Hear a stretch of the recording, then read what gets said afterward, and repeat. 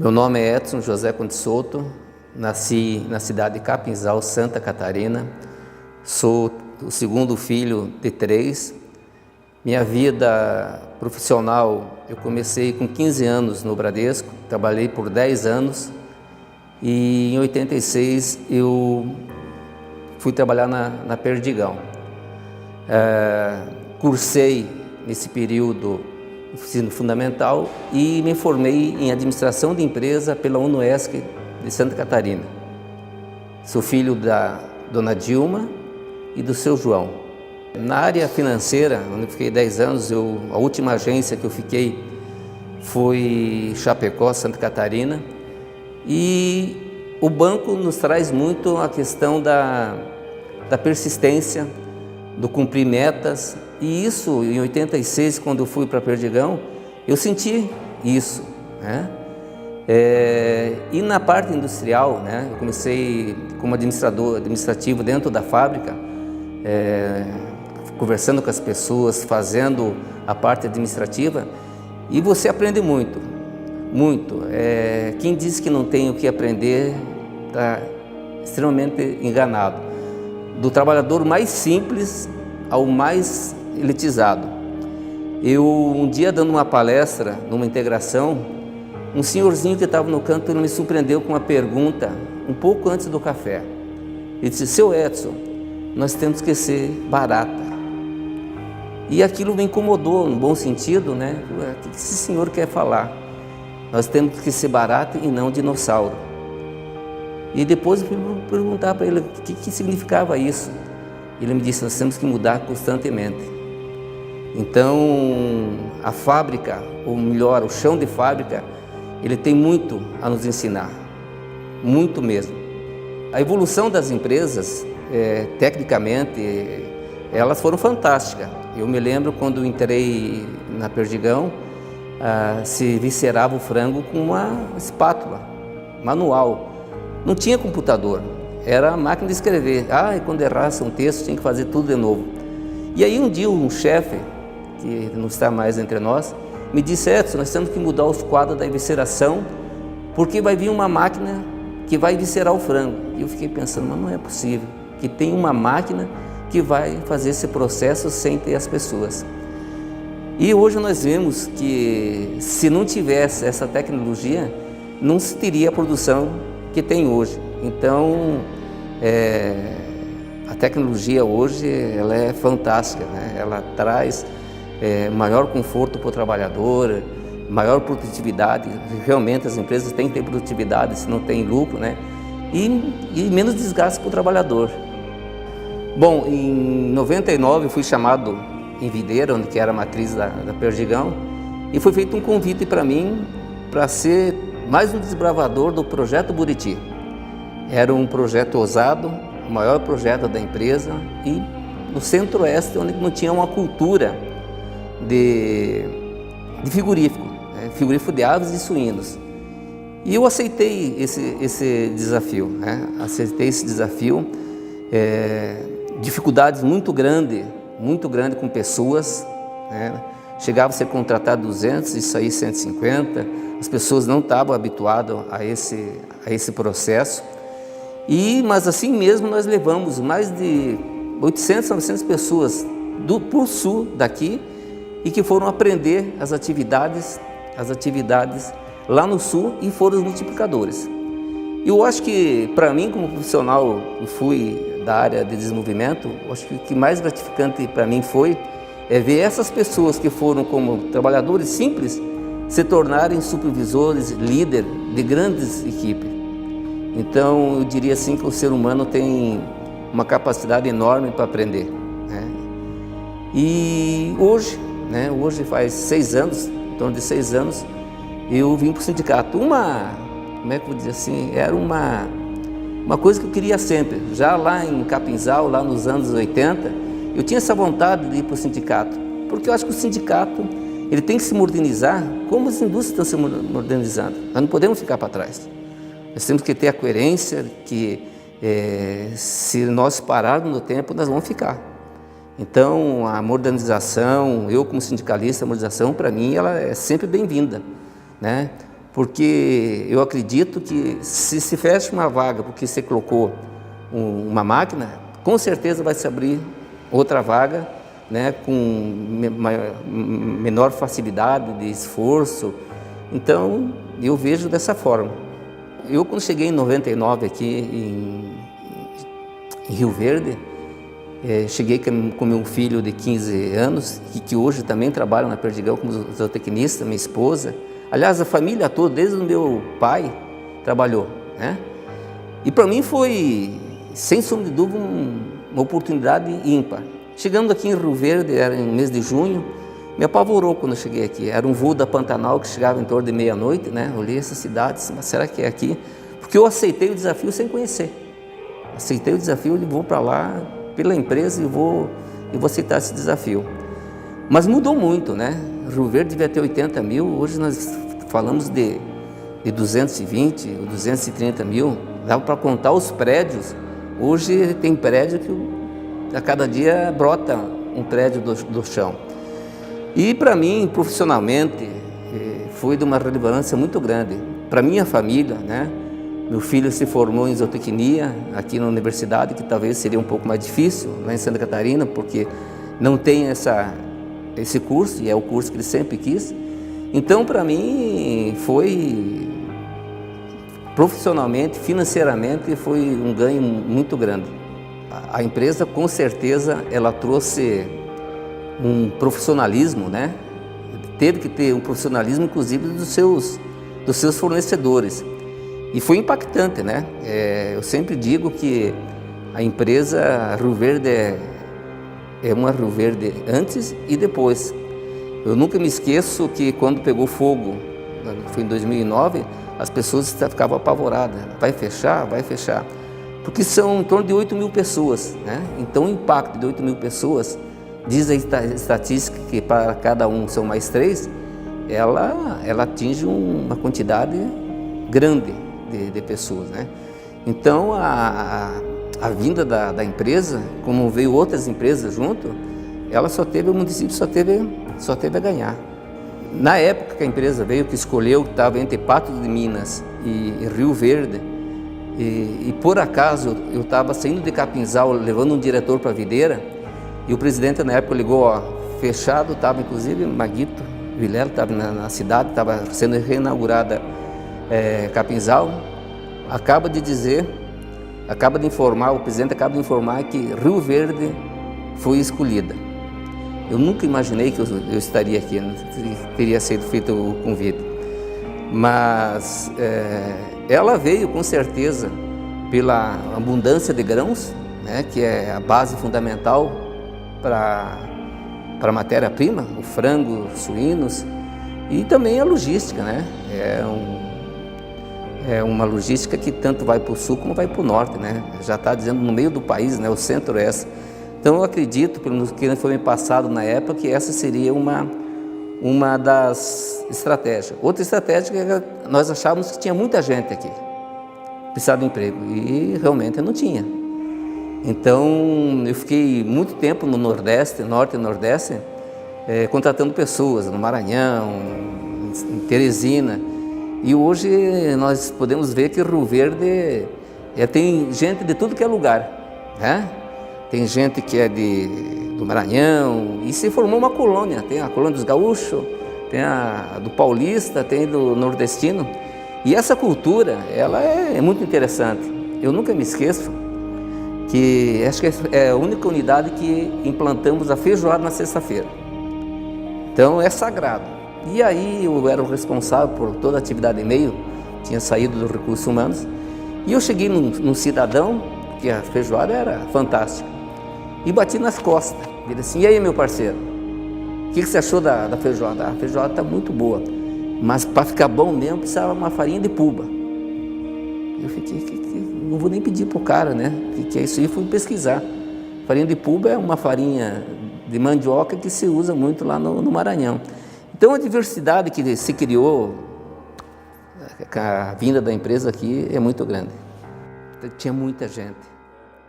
E eu acho que o mais que eu fiz a transferência dessas pessoas, eu acho que se eu indicasse uma pessoa importante, eu teria sido injusto, porque as pessoas, muitos nos aguentaram, a saudade foi mais forte e tiveram que voltar, né? Então, eu acho que na época veio mais de 300 famílias. Então, se eu citasse o nome de um diretor, de um presidente, eu estaria sendo injusto, porque essas pessoas que fizeram realmente a coisa acontecer. Rio Verde, ela tem um grande potencial, primeiro pela localização dela, segundo pela grande produtividade, né? A produtividade aqui a gente escuta toda hora, acompanha nos jornais, é muito grande. E junto com isso veio uma profissionalização muito grande da mão de obra, né? Que nós vimos hoje, nós não víamos antigamente. Em 99, você falar hoje que Rio Verde tem shopping, que tem uma faculdade de medicina, que tem quase todos os cursos, talvez quando eu tivesse chegado aqui em 99, eu não imaginava. Nós pegamos aqui, deve ter todas as concessionárias, deve ter todas as lojas de marca. Então isso para mim é um sinal dos grandes empresários que aqui tem um potencial muito grande, né? E lógico, a agricultura ela é forte. E mais forte ainda você conseguir agregar valor no produto. Se não vender só o milho, mas agregar no frango, agregar nos suínos, agregar no industrializados, né? Então, Rio Verde tem um potencial além de todas as rodovias que cortam o Rio Verde hoje. Dizendo que o Rio Verde era o dourado do Goiás, do Brasil agora, na verdade, eu acho que foi uma infelicidade de quem fez isso, né? Alguém sentou numa cadeira e disse que quem trabalhava ali ganhava 2.000 na época, quem trabalhava aqui ganhava 3.000 na época. E não era verdade. A gente sabia que aquilo ali foi uma propaganda enganosa na época. E eu me lembro que nós tínhamos que, a própria empresa tinha que colocar marmita lá na rodoviária para dizer, se não tem qualificação, as pessoas tinham que voltar, né? Eu me lembro que eu estava indo numa pescaria na época e na minha frente tombou um carro. Capotou um carro, era cheio de buraco, deve ser 452. E eu fui descer lá embaixo e disse assim, e aí, companheiro, se machucaram? Não, o cara aqui puxou o freio de mão, o cara tá louco, não sei o quê. Eu disse, mas onde que vocês estão indo? Não, estamos indo para o Dourado, do Goiás, para ganhar dinheiro. Não era isso, né? Mas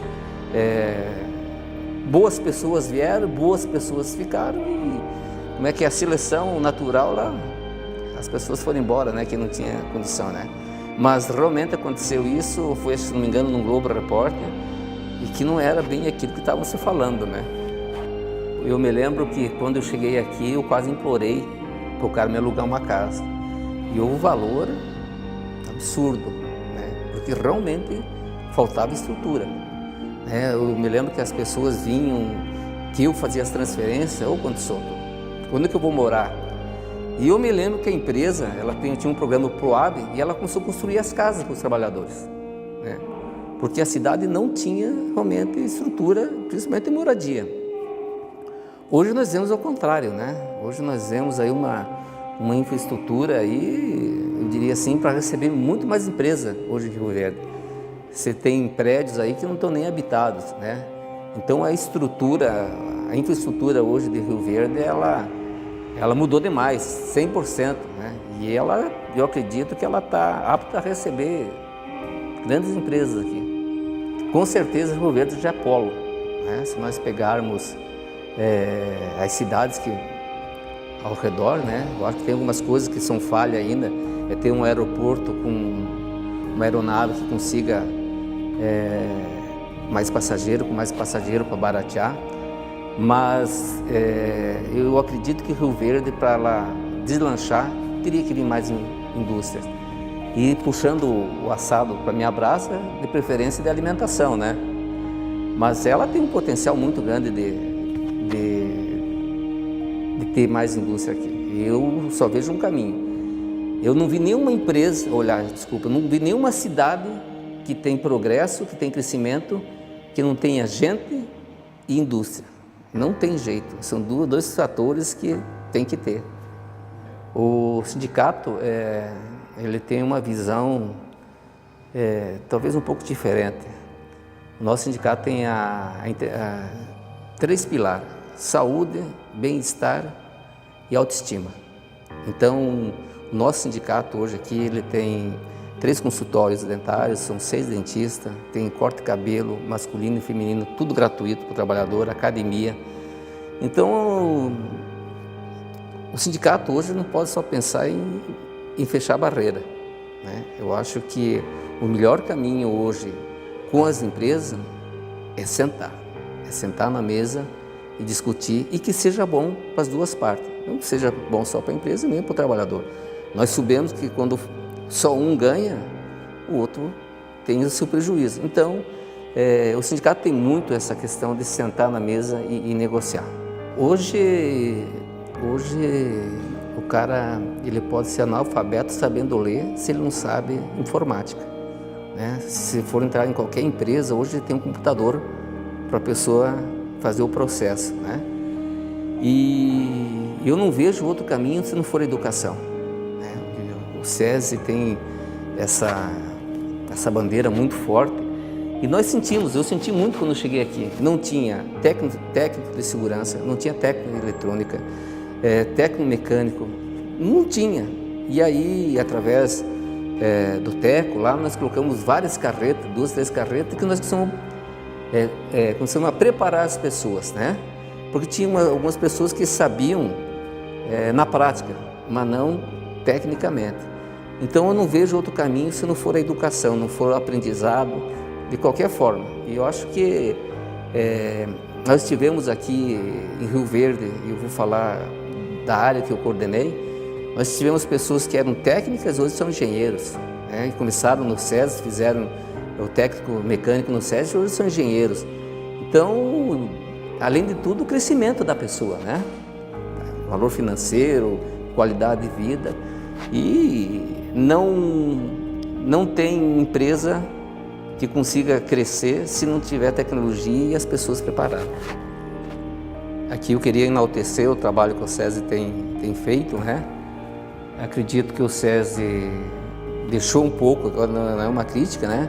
Um pouco a saúde do trabalhador, que nós podíamos fazer um pouco mais, mas o SESI tem um conhecimento, os seus professores, que não pode se perder de jeito maneira, né? As pessoas que estão lá dedicadas, esses professores, são pessoas que têm que ser enaltecidas, né? Porque é eles que vão formar o engenheiro, vão formar o técnico de segurança, vão formar o técnico de CLPP, enfim. Então, seria isso.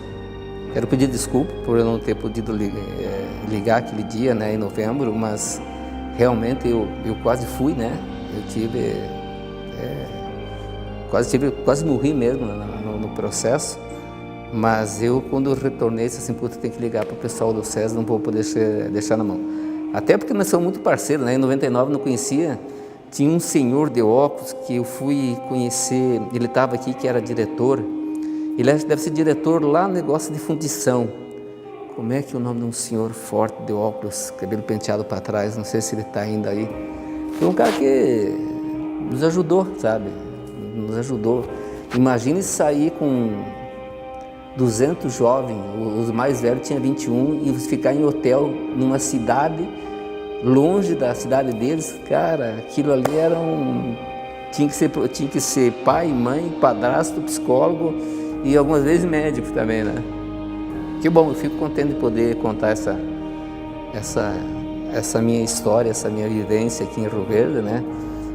Eu fiquei um pouco preocupado que ele teria uma ligação direta com a empresa, não, mas é minha história, né? Então, a gente não sabe, a gente está fora hoje houve uma fusão. Se fosse antigamente, Perdigão eu sabia, né? Conhecia desde o vice-presidente, todo mundo.